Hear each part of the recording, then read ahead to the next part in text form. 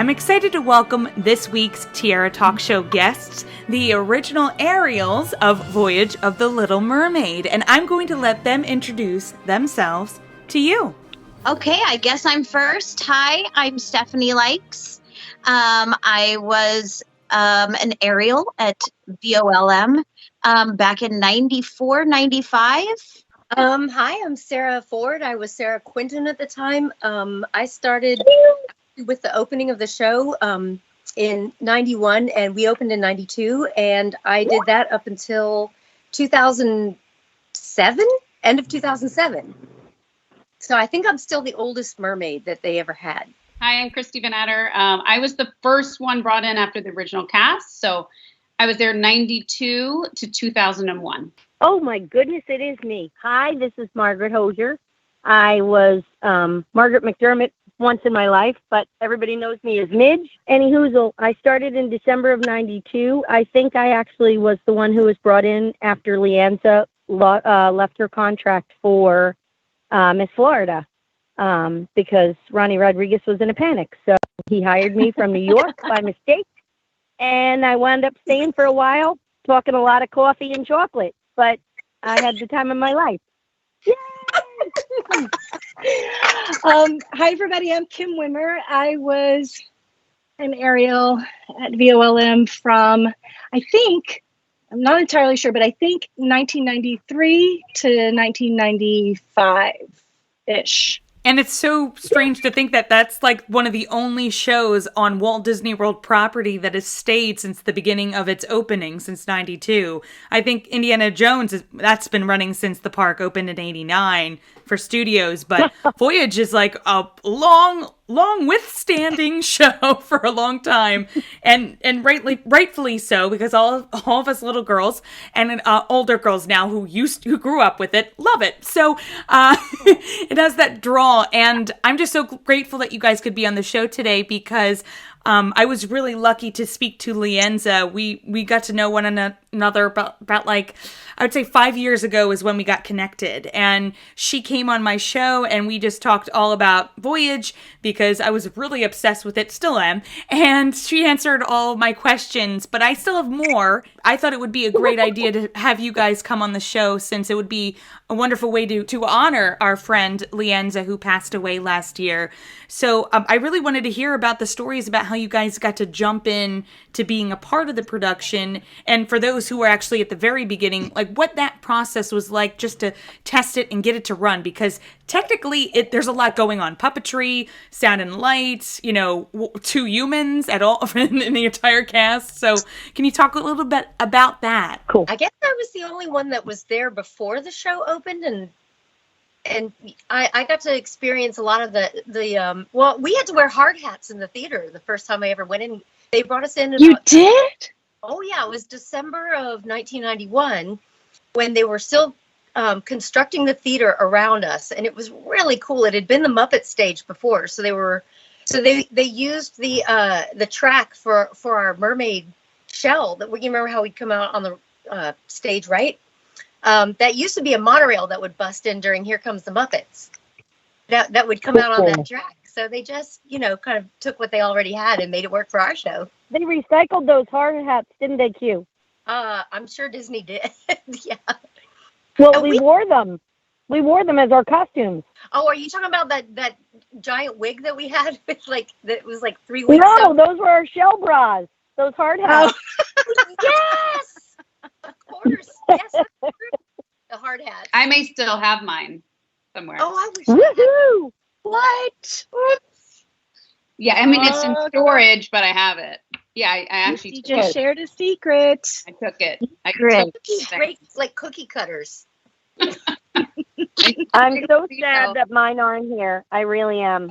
But back to the rehearsals, for people that don't know anything about Disney, you can only do the rehearsals when the park is closed. So, you learn, you work, when you get hired, I just remember watching show after show after show, watching Q, watching Leanza, watching Jeannie, and getting like their styles. And then you would work with the coaches. And then at night is when you would do all these shows. So that was always the thing, like who was going to get approved like past 1 o'clock, because you wouldn't start, doing these shows where Ronnie Rodriguez or whoever was the head of talent would have to come in and approve you to like, okay, she can go do the show now. And, sometimes these things could go 2 or 3 or 4 a.m. before somebody would get approved. So it's always a late night on approval night. That's Oh true. my gosh. A lot of times they would bring in a new mermaid performer at the same time as they'd be training a new puppet cast. And so the mermaid might be there and, they might be looking at one person or have to, like rehearse over and over again for a particular person. So everybody would have to do it, even if you kind of had it down. So that's so bring back memories. I know. This is Kim. I don't remember the rehearsal period at all. I don't remember training. I trained you. Did you? I don't know why I don't remember that, Kristi. It's so weird. So I came into it in a very strange way. So Leanza and I were together at Miss America. She was Miss Florida and I was Miss Alabama. And she was telling me about the show. And I mean, gosh, ever since I was a kid, I always thought it would just be such a dream to work at Disney. And so Leanza reached out to Ronnie Rodriguez to set up an audition for me. And I actually flew to Orlando to audition for the show. And then I knew about it while I was still in college. And I didn't go until I think maybe 4 or 5 months after I auditioned. But I don't remember the rehearsal process at all. I don't remember being there after hours. I remember being terrified, but I don't remember the actual process. You and I would remember after hours rehearsals when we met. And so Kim and I have a unique mermaid story, I think, because I was actually hired I think in 93 to do the Mickey Starland show over at the Magic Kingdom. And then Kim and I were hired together to do Miss Minnie's Country Christmas. And for like an extra gig, like our Christmas gig. And we did have all night rehearsals. Do you remember that? We were rehearsing at the Magic Kingdom in the middle of the night. And you and I were sitting there talking, you were a mermaid, I was a CJ, blah, blah, blah. And then we concocted this plan that we were going to go in and negotiate our second-year contracts to be half or like 2 days at each other's stage. And I do remember that, Stephanie. It did work. Yes. So then she got to be a 2-day CJ. I got to be a 2-day Ariel. And that's how that all happened. But I'm with you, Kim. I don't remember mermaid rehearsals at all. I just remember Miss Minnie's Country Christmas in the middle of the night. I remember, the one thing I do remember is when Fran Soder, who is the show director, came in to watch, and I've never had a faster vibrato in my life than I had when Fran Soder was in the audience watching me do Ariel. It was so fast, I sounded like a Bee Gee or something. I think that would be interesting to hear everybody's like stories about who was in the audience that made them the most nervous. Ooh, I have that's I have a couple, but I think it'd be interesting to hear. Michael Jackson. Do you remember that day? Yeah, but I wasn't the mermaid. But yeah, I remember. I think I was, but it's a blur. I don't remember. It was terrifying. I had Princess Di and William and Harry. And then Wow. I think actually the most nervous was Alan Menken. Because, my gosh. the guy that wrote the music. Like, Wow. what if I am not interpreting it the way he wants it interpreted? I think I was more nervous over him. But I get Kim's thing that the fast vibrato just makes you so nervous when you just want to do a good show. Not that we didn't want to do a good show every time, but, when you're doing 8 shows a day, it becomes, and then you've got somebody like an Alan Menken in the audience, you're like, holy cow, I can't ruin this. Would celebrities usually ask to meet you after the show, or was that not possible because basically you guys were going back to back with shows, like it was in, out, in, out? No, they would, most of the time they would want a photo, and when Princess Di came, her security came in and checked the green room and checked my bathroom in case she had to pee. And I was like, oh my God. Diana is going to use my loo? Like, what? she ended up not using it, but they taught everybody how to curtsy, and they checked the security, and then they're like, if you want to meet her afterwards. And I think probably everybody's got stories where they met, some celebrity after a show or took a photo. Yeah. Or something, so. I was only nervous with family. I think it was with Priscilla and her child, the child she had just before she had married Michael Jackson. I don't remember which child that was, but it was a little small child in a stroller and Priscilla Presley. And Michael was there somewhere, but he wasn't in the picture. It was Lisa Marie, not Priscilla. Kristi, I have to ask because my mom will kill me if I don't. She loves Princess Diana, and we were just actually talking about it's Princess Diana's 60th birthday on July 1st. So what was it like to meet her and the boys? Because I'd seen footage of them traveling Disney World. Somebody had posted it online. They went to the Hoop-de-Doo, and I'd heard a story that they saw Voyage. So you verified it. So what was it like to meet her and the boys? She was I just remember she was so thin, like tall and thin. And she didn't have a stitch of makeup on, but just beautiful. She was just really, really pretty. And I guess the boys were like 12 and 10 or 10 and 8, something like that. And they just kept talking about, for anybody that's been to Voyage with Little Mermaid, it's all the water, right? The water. And Harry just kept talking about the water, all the water coming down. They were very lovely. It was a good memory. I remember her coming through with the boys, and it's like you said, she didn't have on a stitch of makeup. She had those like strawberries and cream, just British complexion, and she was gorgeous. She had just short shorts and a white t-shirt, like short jean shorts. And she looked like she had a white t-shirt on, plain white t-shirt. Yeah. I met her over at Epic actually that day. I was over there when she went from Mermaid over to Epic. I was visiting my ex-husband, and they had security there, and I wasn't allowed to come back through until she walked through. And she came right past, and she was like radiant, lovely, just beautiful. You guys were there during like peak MGM Studios time because there's so much going on. There are a lot of individuals who are coming in and doing the handprint ceremony in front of Great Movie Ride, and the backlot tour is still hopping. The animation studio, they're actually making films. So what was one of those highlighted things for you? Like when you were off and not Ariel, maybe you were, you had lunch break or anything like that. What was the most fun thing for you to do while you were roaming around the studios? Riding the rocker roller coaster. Yes. Yes, Margie. Yes. We would go in the mornings. They would let cast members ride it. So when I had to do an A shift and I'm not a morning person, I'd go over there and ride that roller coaster, and it would wake me up, and it was so fun.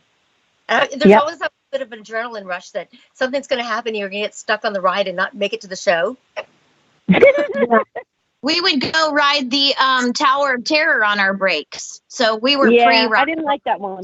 I was just thinking about what was so cool about working at Disney during that time. And I don't know what it's like now because I haven't been there for a gazillion years. But we would put on, baseball caps in full makeup, and like we'd have these really long, like 4-hour breaks. We'd go to Epcot. Yeah.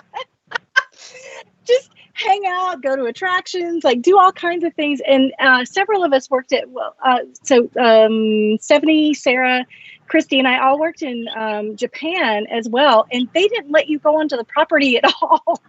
Right. I wanted to audition at some point, and that was going to be my next question is they have a certain height requirement, and I'm wondering if there's a weight requirement because of the transformation sequence, because they have to stuff you in that rock. So was that the case for you guys? Like, was there a height requirement for this? Yeah, definitely. When I auditioned, I remember telling Bob, what was Bob's last name? Franklin? Oh, shoot.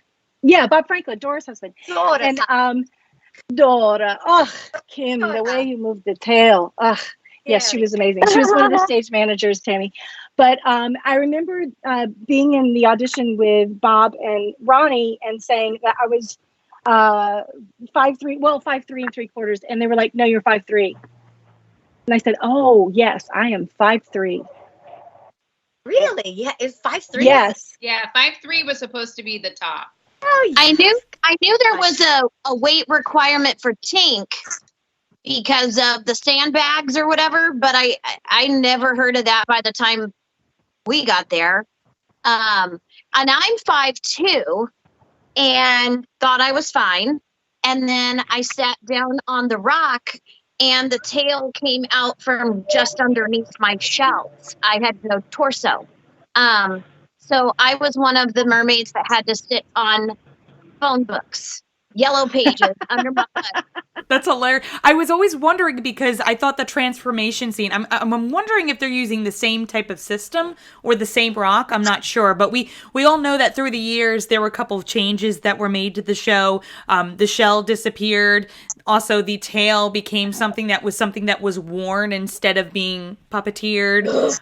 The hand puppets from the taking the voice sequence were taken out. The Sebastian second scene with Triton was out.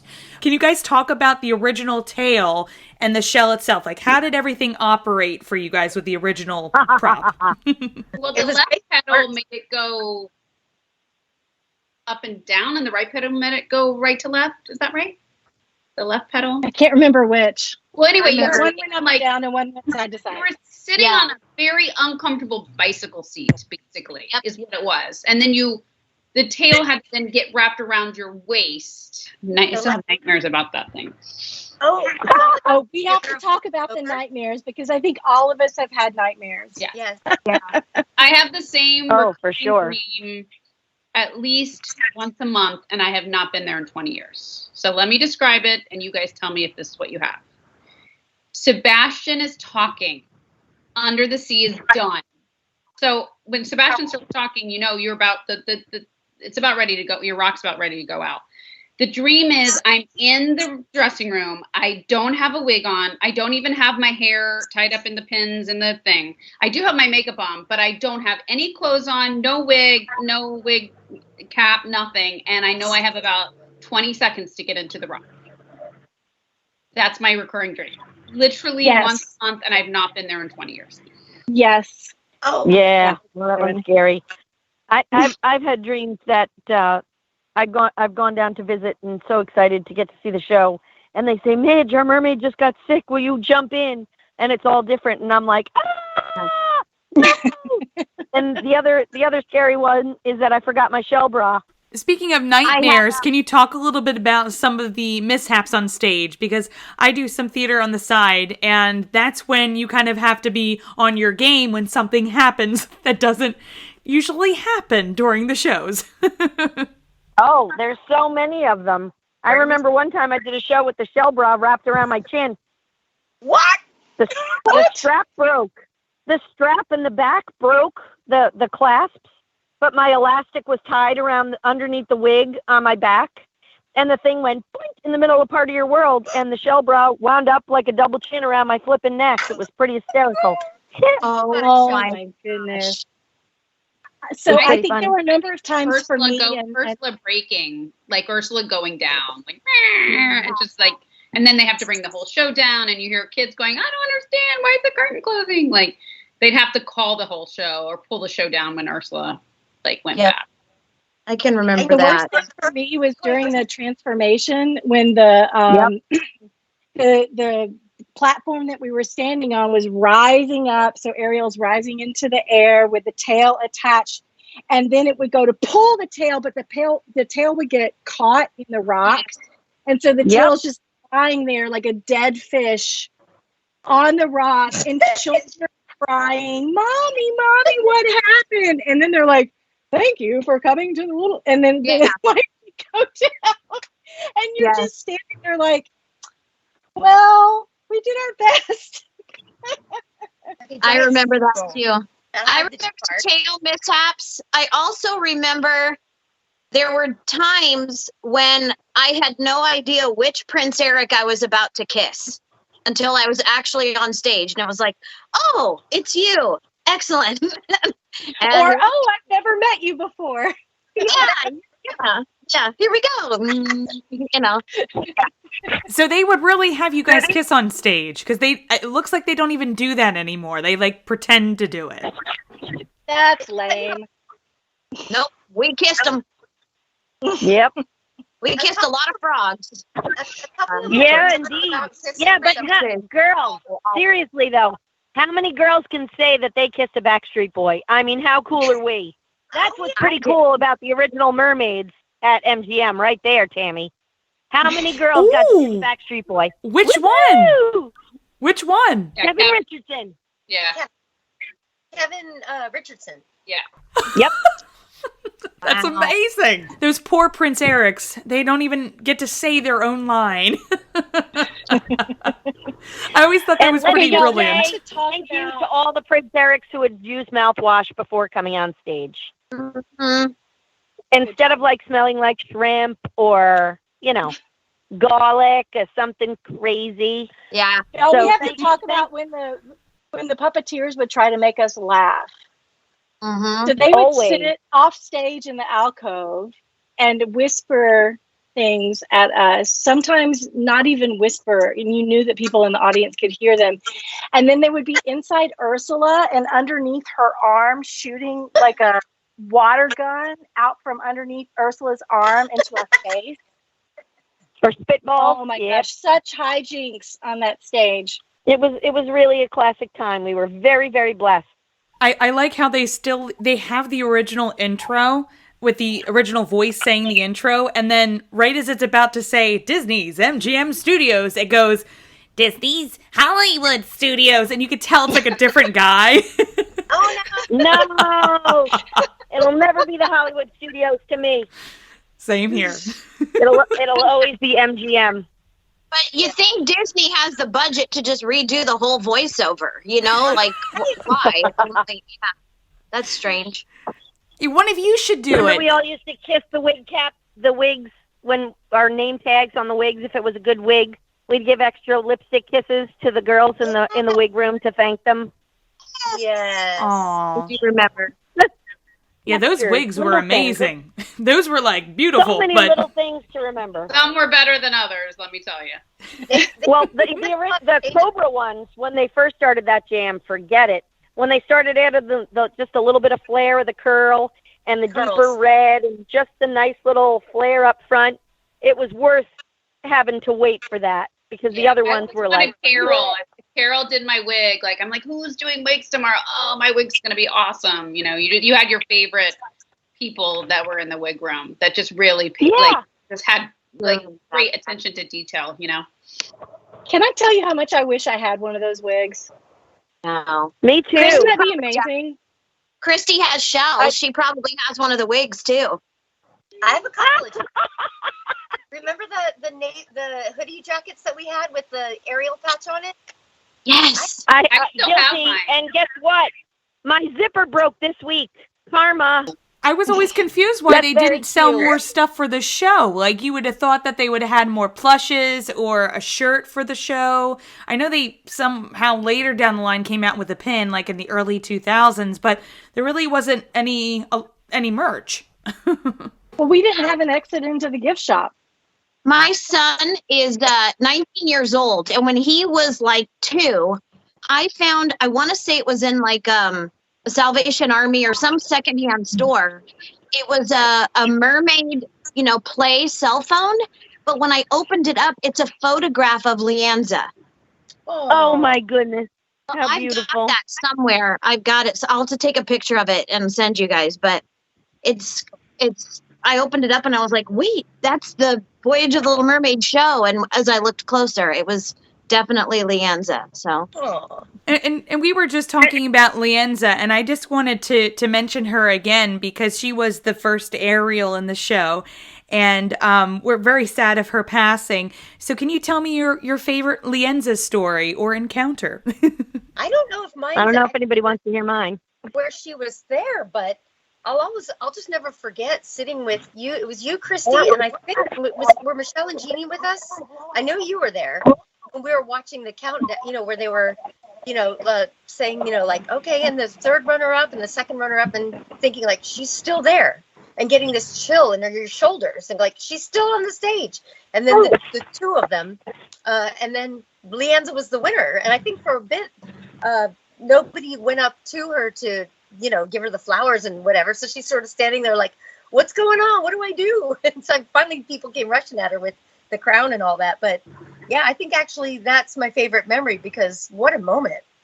And I was sitting with you, Kristi, and I think it was Michelle or Jeannie. It was one Yeah, of I them. think it was Michelle. Well, I was there, obviously, when she won Miss Florida, and, we were working together almost every day. And I remember that, she had selected, AIDS awareness, right, to be her platform. And I remember she came in and she had a conversation with Miss Florida, and they didn't want her to, they thought it was too controversial of a subject to be her platform.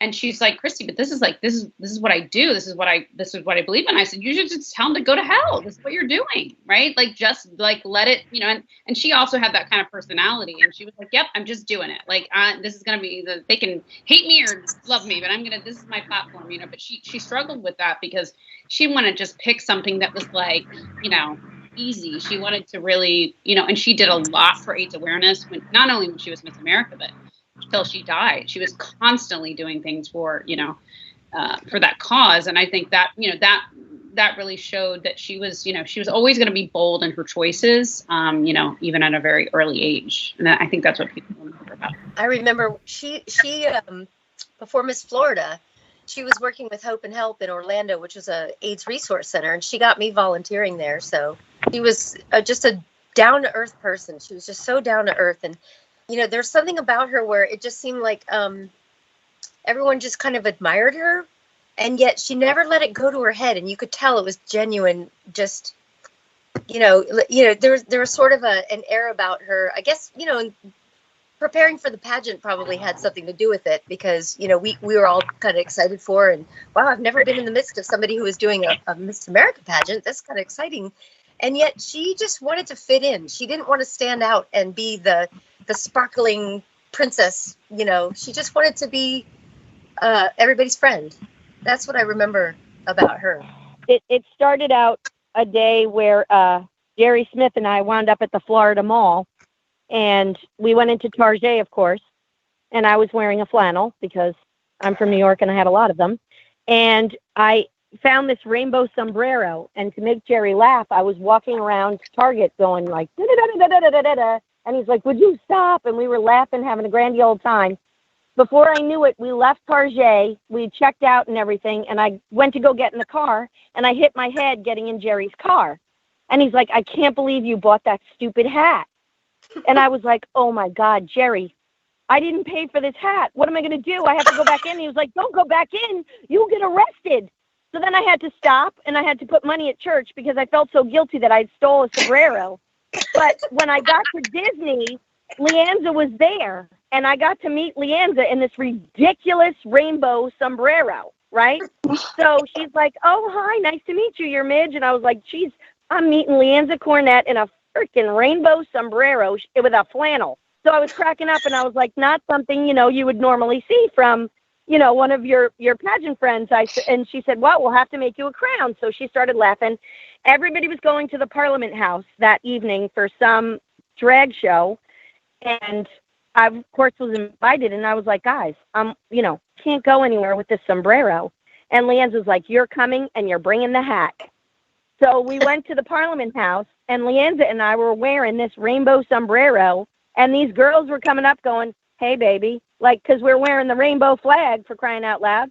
We drank some Bud Lights, I think it was, or Coors Light or something like that. We cheered, and she was like, you go, girl. Thanks for letting me borrow your hat. And I'll never forget Leanza Cornett for that, because she made me feel like $100 wearing that rainbow sombrero that I unassumingly stole from Target, but I did put money at church. So sorry about that. And Leanza knows there's a set of wings up there when I get there next to hers, because she knows I didn't steal the hat. That's it. And also the show itself is still something that people love to see. And it's that full entertainment where a whole family can go in and enjoy it. But, I used to pray before I went out on the rock for some 5-year-old girl or somebody in the audience to have not seen the show before, just to give it a little bit of spice, because it's so hard doing show after show after show, like when you're tired or if you had a busy night the night before, if you know what I'm saying, girls, wink, wink. And you'd go out there saying, please, God, let there be somebody. And the shell rock would go out, and there would be somebody going, there she is, Mom. And you'd be like, thank you, Jesus. And you could get through that show, and then you could go out and you could do it all over again, because it was. You had to be magic for somebody. If you weren't authentic, to make those kids think I'm seeing Ariel up there, then you aren't doing your job, were you, girls, right? Yeah, it was tough because it's kind of like when you're driving home from work and you realize, that you don't remember anything about driving because you're just in your head. You do so those shows that you'd have to, I'd have times where I would get to the end of the song and I'd be like, I don't remember singing it. Did I do anything? Like autopilot. Yeah. And I think like, did I do something in the show? Like, did I sing the words? Oh, so that would give me a little bit of an adrenaline rush. Even as an audience member, every time I see the show, because I make it a point, I'm like, even if nobody else in my party wants to see it, I'm going.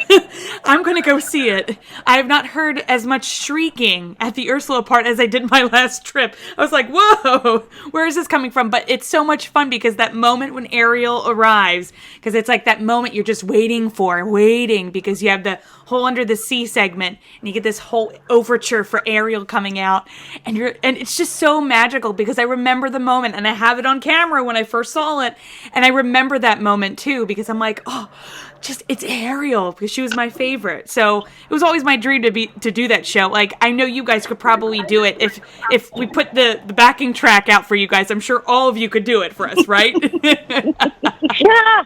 I was watching those videos you sent to us today and I'm like, I was just saying the lines along with Sebastian. Now what is that girl up to? So my neighbors have a 45-year-old parrot who loves the song. So I sing to the parrot every once in a while, and the parrot does the ah. The parrot does the ah. It's like how cute! Yeah, I love it. I'm still singing a lot to the parrot. Nobody else. Yeah. Well, girls, I can't thank you enough for being on the show and talking about this particular musical show from the theme parks because it is one of my all-time favorites.